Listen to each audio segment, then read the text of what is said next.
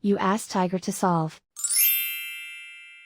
This deals with linear equations with one unknown. The final result is x equals 7. Let's solve it step by step. Swap sides. Group all constants on the right side of the equation. Subtract 46 from both sides. Group like terms. Simplify the arithmetic.